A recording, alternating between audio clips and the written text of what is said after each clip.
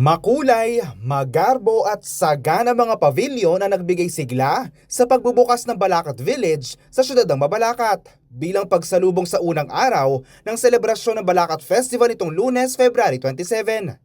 Naipanganak ang Balakat Festival nang maisip umuno ng alkalde ng siyudad na si Mayor Chris Garbo na i-transform ang Caragan Festival sa isang mas malaki at mas pinasiyang selebrasyon ng hindi nakakalimot sa mayaman na kasaysayan ng Mabalacat City. Yeah, from Caragan, naging Balacat tayo para maubog sa ating mga kaisipan ng ating mga kabataan yung inumpisaan ng pangalan na Mabalacat, no?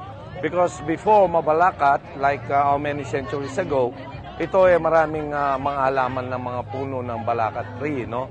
So doon kinuha yon yung Mabalacat. And also, in order to maibalik talaga yung history, lalo na yung mga heritage places natin dito sa Mabalacat, at saka yung pagkakaisa, no, ng mga mamamayan ng siyudad na Mabalacat. Ayon sa Heritage Consultant at Archivist ng Center for Kapampangan Studies si Francis Busni, bukod sa literal na simbolo ng Balacat Tree, ay isa rin itong selebrasyon ng inclusivity dahil kasama ang 27 barangay ng syudad. Ako natutuwa dahil kung titingnan mo, ang simbolo ng Balacat Tree sa siyang malaking puno na malilim. At tama, it is inclusive, no? Ang puno na kanilang pinagdiriwang ngayon, na layon din nilang palaganapin sa pamamagitan ng pagtatanim bilang isa sa kanilang mga proyekto, ay magpapakilala rin ng unifying at saka inclusiveness ng puno. At dahil inclusive ang Balacat Festival ay nagsama-sama ang lahat ng mga residente ng bawat barangay upang magtayo at ipakita ang kanilang pagkakakilanlan sa lahat.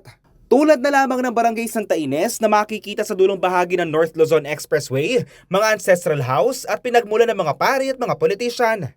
Sa loob po ng pavilion, nariyan po yung mga old house din, ng mga ancestral house din po ng mga De La Cruz. At nandito rin po ang home of the priest, no? Ang kasaysayan po kasi ng barangay namin, Barangay Santa Ines, is marami pong priest. At unang-una, nandito po nakatira yung ating archbispo na si Archbishop Lavarias. At pangatlo, nandito po yung home of the politician, no? Nandito po yung kasaysayan ng pinakamaraming nanungkulan sa una, yung bayan ng Mabalacat hanggang sa maging siyudad ang Mabalacat. Hindi naman nagpahuli ang Barangay Sapang Bayabas na kilala bilang agricultural area. It's a combination of old and modern agriculture po, wherein po nagkaroon po kami na pong the first ever green park sa Barangay Sapang Bayabas located at Mawakere Settlement in front of the Christ the Prince of Peace Parish. At ang pinagmamalag din po namin yung mga product po ng Makamal, where it is a combination of 3 sitios sa Macabacle, Cadenang Cristal, and Marimar. At kung tourist spot lang naman ang pag-uusapan ay huwag na daw maghanap ng iba dahil mayroong zoo na matatagpuan sa Barangay Kalumpang. Malaki umuno maitutulong nito sa pagpapakilala ng kanilang mga landmarks na nagbibigay ng trabaho sa karamihan ng mga residente. Malaking tulong po ang mga tourist attraction sa ating barangay. Unang-una po, nakakatulong po ito sa mga kapwa nating kabarangay tulad ng mga ITAS or IPs at nakakatulong din po ito sa mga ibang tao na makadiscover sa ating barangay. Samantala, isang pavilion naman ang pipiliin na grand winner at tatanggap ng cash prize na 50,000 pesos. Sa gitna ng mga pavilion ay pinailawan ng man-made na higanteng Balacat Tree na magsisilbi umunong simbolo at hudyat ng marami pang taon ng selebrasyon ng naturang festival na sinundan naman ng formal na pagpapakilala ng 27 kandidata na Miss Mabalacat 2023.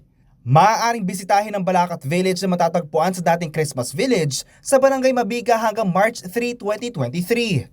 Ako si JM De Jesus, taga rito kasama nyo para sa CLTV 36 News. Atin to!